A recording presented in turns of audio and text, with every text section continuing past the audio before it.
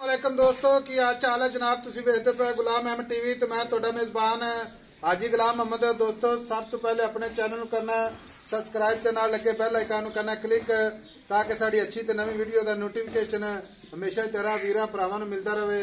सब तो पहले ते भरा जानवर वेखण ते अल्लाह दे फजलो करम नाल खरीदण। अज भरावां दे अल्लाह दे फजल नाल शौक पूरे जरूर होणगे इंशाअल्लाह। बाकी जनाब जन्म हवाना कोई जनाब एक गल नहीं दूसरी नहीं, अल्लाह के फजल नाल 100% 100% अल्लाह के फजल नाल मन का हवाना तुन्नी तो लैके साख हवाना। बाकी लैने देने हमेशा ही तरह मुकद्दर सौदा नाल नसीब दे भरावां वास्ते मेहनत करी दी है, कोशिश करी दी है।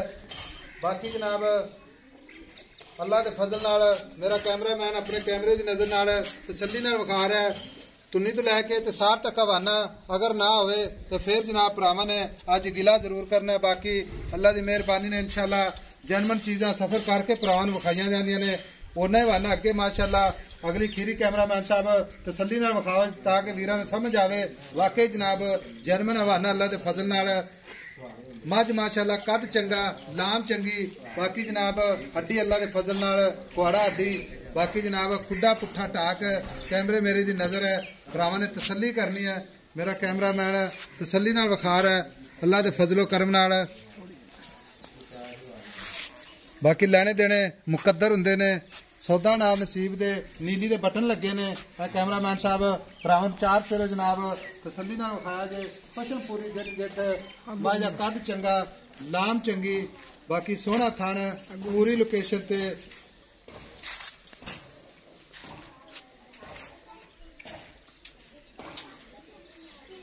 बाकी जनाब दूसरा सुआ किन्ने दिन लगे जी किन्ना मालक मुल करदा है वो सारियां गल्लां मालक तो सांझियां लैके देने अल्लाह के फजलो करम नाल। बाकी लत्ता तो हवाना फुट बार लाई खड़ी है नीली दे बटन लगे ने माशाअल्लाह। छोटी जी बक्की माशाअल्लाह पशम पूरी गिट गिट चारे खुर माशाअल्लाह इको जे जिवें जनाब घोड़े दे सुंभ हुंदे ने। बाबा जी अस्सलाम वालेकुम। बाबा जी तबीयत किस तरह? अल्लाह की खैर है जी, शुक्र अल्लाह। बिल्कुल ठीक ठाक। बिल्कुल ठीक ठाक। आज आपने कितना सुआ सोवेगी? तीजा सुआ। तीसरा सुआ? हाँ पक्की गल है? पक्की लोहे ठीक हो गया। बाबा लगदी दूजन है कि दूजन ही बना ला दूजन पर है जी ठीक हो गया। बाबा इदा ने मज्जा ना लगदी दूजन है माशाअल्लाह लेकिन खुराक तेरी चंगी माज दे अल्लाह खुराक चंगी है सांभी चंगी घ्यो पानी देईदा मज सांभी अल्लाह ताला। और माज तीसरा सुआ?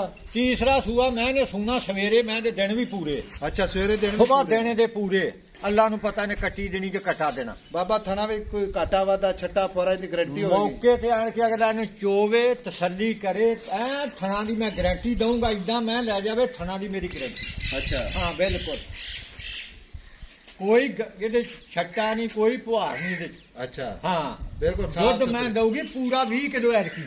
अच्छा 10 किलो टाइम दा बच्चे नूं प्या के रजा के। हाँ बाबा जी माशाअल्लाह गाड़ी भी चंगी होनी माई दी। गाड़ी मैं दी 3 किलो 3 किलो अल्लाह दे हुक्म नाल 3 किलो कड्डूगी। बाबा गल इस तरह दी है हाँ जी भी वीडियो ज्यादा लंबी ना जेडी आजकल भरा सारे मसरूफ ने पाकिस्तान झूठ चलदा ना ये झूठ दा कोई नहीं। मैं तो सून वाली या कोई बाजार तो नहीं छड्डी। हाँ गल तेन ठीक है नहीं छड्डे जी है ना माई तो सून वाली आपा को बाजार तो नहीं आके पाउंड माई तो इंशाल्लाह तैयार खड़ी है या किसी टोए च खड़ी कीती होवे। नहीं जी नहीं बाबा जी पद्धरे थां ते मैं खड़ी पद्धरे था पद्धर मज हट जा पुत्त। अच्छा बाबा गल इस तरह की गारंटी थना दी पूरी सारी गारंटी है सारी वादे घाटे की गारंटी जेडे आपां पैसे लेने ना प्यार मुहब्बत है मुल करने जिथे आपां भरावां नूं इंशाल्लाह बेचनी है। इको ही गल करदे बाबा छोटी जी ताकि आप वीडियो ज्यादा लंबी ना करिए।